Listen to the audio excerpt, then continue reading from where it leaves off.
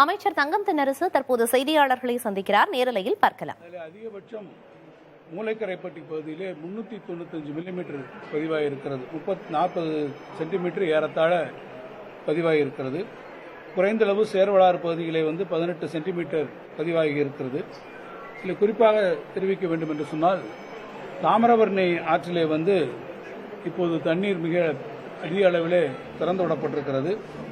ஏறத்தாழ 33,640 கன அடி தண்ணீர் அங்கே இருந்து காலையிலே திறந்து விடப்பட்டது. இப்போது தொடர்ச்சியாக மழை பெய்து கொண்டிருக்கக்கூடிய காரணத்தால், அணையினுடைய நீர்வரத்தும் அதிகமாக இருக்கக்கூடிய காரணத்தால் தாமிரபரணியிலே தற்போது 45,000 கன அடி தண்ணீர் இப்போது திறந்து விடப்படுகிறது.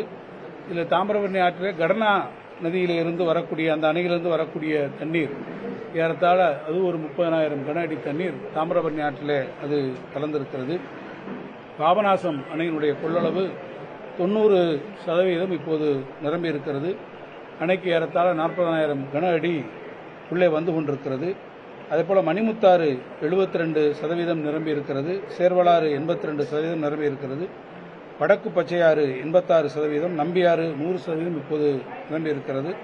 கொடுமுடியாறு 77% நிரம்பி இருக்கிறது. எனவே அணைகள் முழுவதும் மிக வேகமாக நிரம்பி வரக்கூடிய நிலையில் ஆற்றில் அதற்கு ஏற்றவாறு தண்ணீரை திறந்துவிடக்கூடிய நிலையில் நாம் இருக்கிறோம். நான் முன்னரே குறிப்பிட்டதைப் போல 45,000 கன அடி தண்ணீர் இப்போது தாமிரபரணியில் திறந்து விட்டிருக்கிறோம். மழை தொடர்ச்சியாக நீர்பிடிப்பு பகுதிகளிலே இன்று இரவு இருக்கும் என்று எதிர்பார்க்கிறோம். அவ்வாறாயின் தாமிரபரணியிலே கூடுதலாக தண்ணீரை திறக்க வேண்டிய ஒரு நிலை வரும். எனவே கரையோரத்தில் இருக்கக்கூடியவர்களை பாதுகாப்பான இடங்களுக்கு அவர்களையெல்லாம் அழைத்துச் செல்வதற்கு மாவட்ட நிர்வாகம், காவல்துறையும் இப்போது முழுவீச்சில் பணியாற்றிக் கொண்டிருக்கிறார்கள். எனவே வரக்கூடிய தண்ணீர் உள்ளே வருகிற போது அது புவியீர்ப்பு விசை, நம்முடைய கிரேடியன்ட்டினுடைய காரணமாக மிக வேகமாக வரக்கூடிய தண்ணீராக இருக்கும். எனவே கரையோரங்களில் இருக்கக்கூடியவர்கள் பாதுகாப்பாக இருக்கக்கூடிய பகுதிகளுக்கு உடனடியே செல்ல வேண்டும். அவ்வாறு பாதுகாப்பான பகுதிகளுக்கு செல்வதற்கு நம்முடைய மாவட்டம் முழுமையும் ஏறத்தாழ 245 முகாம் அலுவலர்களுடன் முகாம்கள் தயார் செய்யப்பட்டிருக்கிறது. இந்த முகாம்களில் இதுவரை ஏறத்தாழ 1,700 பேர் தங்க வைக்கப்பட்டிருக்கிறார்கள். அவர்களுக்கு தேவையான உணவுப் பொருட்கள், குடிநீர், போர்வை, துணிகள் போன்ற அத்தியாவசிய பொருட்கள் இப்போது வழங்கப்பட்டிருக்கிறது. அப்படி தங்க வைக்கப்பட்டிருக்கக்கூடியவர்களுக்கு மாவட்டம் முழுமையும் இப்போது தேவையான மருத்துவ சிகிச்சைகள், முதலுதவி சிகிச்சைகள் வழங்குவதற்கு ஏற்பாடு செய்யப்பட்டிருக்கிறது.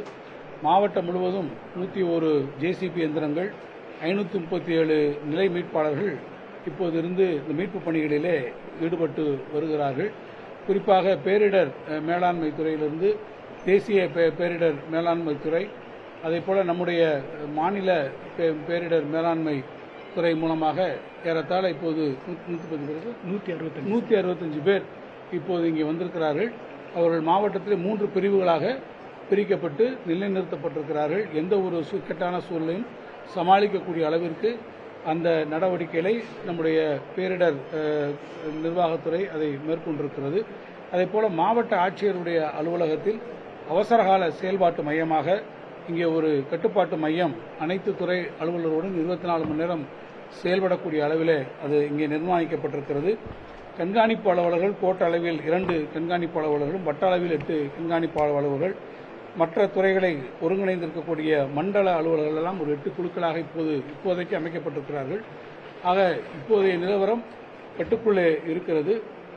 குறிப்பாக தாமிரபரணியிலே இப்போது இருக்கக்கூடிய சூழ்நிலையில் நீர்வரத்து அதிகமாக வந்தால் அந்த கரையோரத்தில் இருக்கக்கூடிய மக்களுக்கு எந்த விதமான பாதிப்பும் ஏற்படாத வகையில் முதல் கட்டமாக அங்கே இருக்கக்கூடிய மக்களை வேறு இடங்களுக்கு பாதுகாப்பாக அவர்களை அழைத்துச் சென்று அந்த இடத்திலிருந்து அவர்களை அகற்றி வேறு பாதுகாப்பான இடத்துக்கு செல்ல வேண்டியது மிக முக்கியமான கடமையாக இருக்கிறது. எனவே நான் இந்த செய்தியாளர் சந்திப்பின் மூலமாக கேட்டுக்கொள்வது, கரையோரங்களிலே இருக்கக்கூடிய மக்கள் இந்த தாமிரபரணியிலே வரக்கூடிய வெள்ளம், இப்போது போய் கொண்டிருக்கக்கூடிய வெள்ளமே நான் குறிப்பிட்டதைப் போல 45,000 கன அடியிலே போய் கொண்டிருக்கிறது. நெருக்கி பாலத்தை இந்த இரவு ஒருவேளை நீர்பிடிப்பு பகுதிகளிலே கனமழை பெய்யும் என்று சொன்னால் மேற்கொண்டு நாம் அதிக அளவு நீரை நாம் தாமிரபரணியிலே திறந்துவிடக்கூடிய ஒரு சூழ்நிலை உருவாகும். அப்படிப்பட்ட சூழ்நிலை வருகிற போது கரையோர மக்களுக்கு எந்த பாதிப்பும் வந்துவிடக்கூடாது.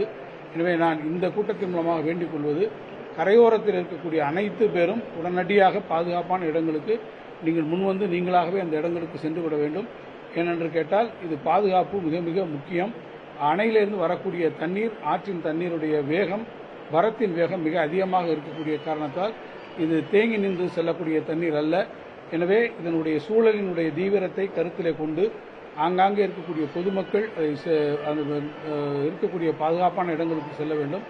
நம்முடைய செய்தியாளர்களும் பத்திரிகையாளர்களும் கூட இந்த விதத்தில் உங்களுடைய ஒத்துழைப்பையும் நீங்கள் நல்கி குறிப்பிட்ட செய்திகளை அவரிடத்திலே தெரிவித்து அவர்களை பாதுகாப்பான இடங்களுக்கு உடனடியாக அழைத்துச் செல்வதற்கு நீங்களும் ஒத்துழைப்பினை தர வேண்டும் என்று நான் கேட்டுக்கொள்கிறேன். தொடர்ச்சியாக இங்கே இருந்து இந்த நிவாரணப் பணிகளாக இருந்தாலும், முன்னெச்சரிக்கை தடுப்பு பணிகளாக இருந்தாலும், பொதுமக்களுக்கு ஏற்படக்கூடிய இடர்களிலிருந்து அவர்களை பாதுகாக்கக்கூடிய எல்லா நடவடிக்கைகளையும் மாவட்ட நிர்வாகமாக இருந்தாலும், மாநகராட்சி நிர்வாகமாக இருந்தாலும், காவல்துறையினுடைய நிர்வாகங்கள் அனைத்தும் ஒரு கூட்டு முயற்சியோடு இருந்து பேரிடர் மேலாண்மை துறையும் இணைந்து இந்த பணிகளை மேற்கொண்டு வருகிறார்கள். மாண்புமிகு முதலமைச்சர் அவர்கள் என்னை இங்கே தங்கி முகாமிட்டு இந்த பணிகளை எல்லாம் ஒருங்கிணைத்து பொதுமக்களுக்கு எந்த விதமான சேதமோ அவர்களுக்கு எந்த விதமான பிரச்சனையும் இல்லாத வகையில் செய்ய வேண்டும். குறிப்பாக நிவாரண முகாம்களை உடனடியாக இங்கே அமைத்து அவர்கள் தற்காலிகமாக தங்கக்கூடிய இடங்களில் உணவு வசதிகளாக இருந்தாலும், மருத்துவ வசதிகளாக இருந்தாலும் அவற்றை உடனடியாக மேற்கொள்ள வேண்டும் என்று தெரிவித்திருக்கிறார்கள். அந்த பணிகளை நிறைவேற்றிக் கொண்டிருக்கிறோம். என்னென்ன பணிகள் எப்படி நடைபெற்றிருக்கிறது என்பதை உங்களிடத்தில் கேள்வி இருந்தால் நம்முடைய மாவட்ட ஆட்சித்தலைவர் அவர்கள் அதற்கான உரிய விளக்கங்களை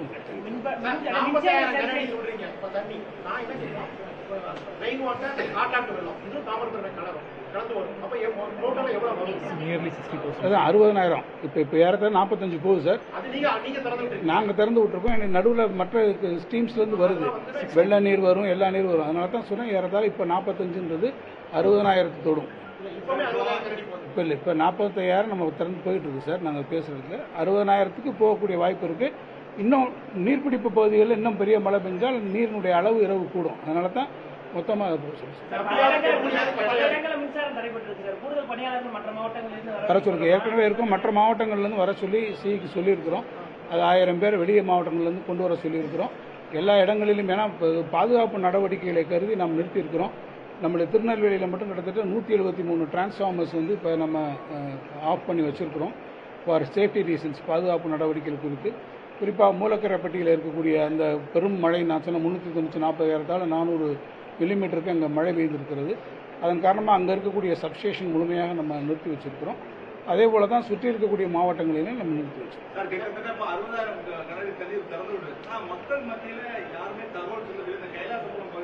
இல்லை எல்லா இடங்களையும் சொல்லிக்கிட்டு இருக்காங்க.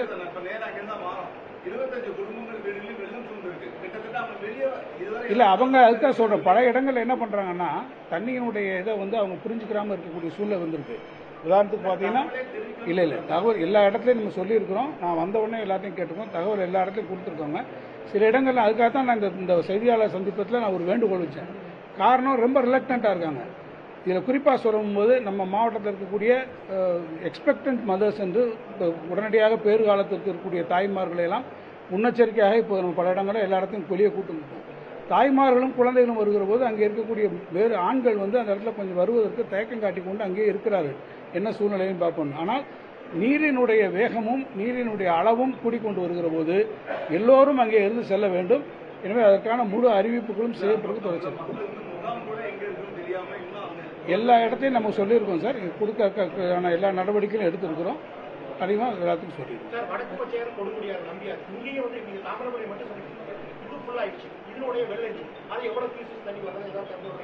அது வந்து ஒரு சுமாராக ஒரு 12,000 கியூசெக்ஸ் எல்லாம் சேர்ந்து நெல்லை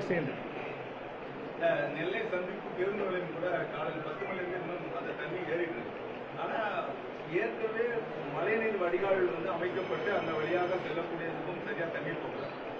இப்போ புதுசாக ஒரு செவில் கட்டுனால அந்த தண்ணியில தேங்கி கிட்டத்தட்ட ஒரு 4 தனியார் பேருந்தும் வந்து சிக்கிட்டு இருந்தது மத்தியானம்.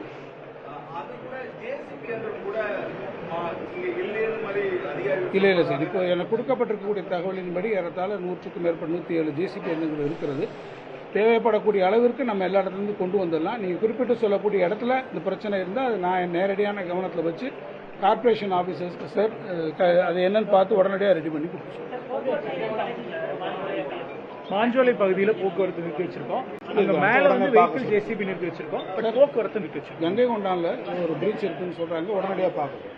இல்லை அது கடந்த முறை வந்த இடத்துல நம்ம ரிப்பேர் பண்ணி வச்சிருக்கோம். இப்போ அந்த டீம் அங்கே இருக்காங்க, WRD டீம் அங்கே இருக்காங்க.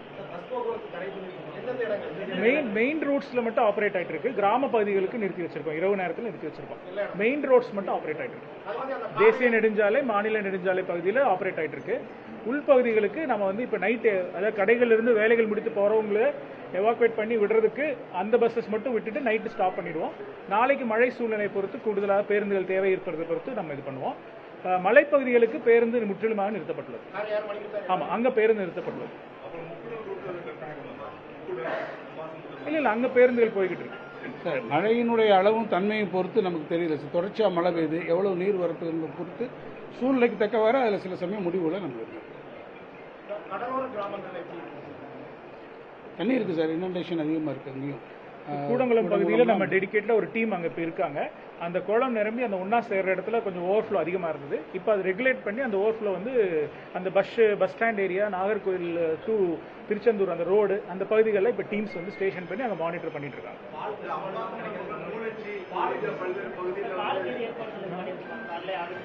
இப்போ வந்து நம்மளுக்கு ஆவின் மூலமாக தினமும் சப்ளை ஆகிறது 33,000 லிட்டர்.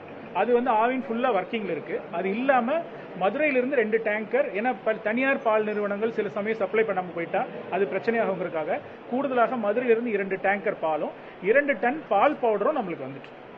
காலையில் வந்து மதுரை வண்டி வந்து பால் ஃப்ரெஷ் மில்க் வந்துடும். பால் பவுடர் நம்மளுக்கு 2 டன் தயார் நிலையில் இருக்குது. தேவையான இடத்துல நம்ம டிஸ்ட்ரிபியூட் பண்ணிடலாம். ஸோ பால் பொறுத்தவரை, பால் பவுடரை பொறுத்தவரை நமக்கு வந்து 10 நாளைக்கு தேவையான அளவு நம்ம பால் பவுடர் வச்சுருக்கோம்.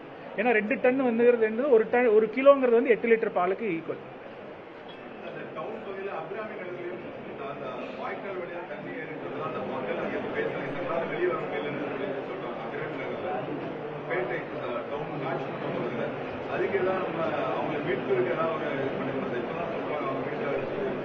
ஒவ்வொரு வார்ட்லேயும் ஒரு டீம் இருக்காங்க. வார்டு உறுப்பு கவுன்சிலர் மற்றும் அந்த லோக்கல் ஏஇயோட டீம் இருக்காங்க. அந்த மாதிரி வர்ற இடத்துல இமிடியேட்டா வந்து ரெஸ்பாண்ட் பண்ணி அவங்க போய் கூட்டிட்டு வராங்க.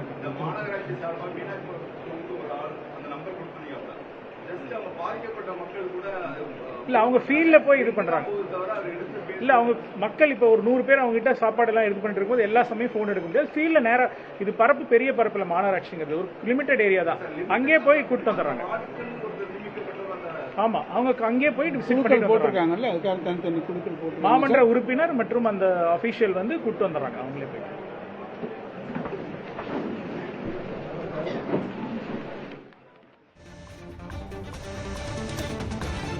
நெல்லை மாவட்டத்தில் தொடர்ந்து பெய்து வரும் கனமழை காரணமாக தாமிரபரணி ஆற்றில் நீர்த்திறப்பு அதிகரிக்க வாய்ப்பிருப்பதாக அமைச்சர் பேட்டியளித்தார். அதன் நேரலையை பார்த்தோம்.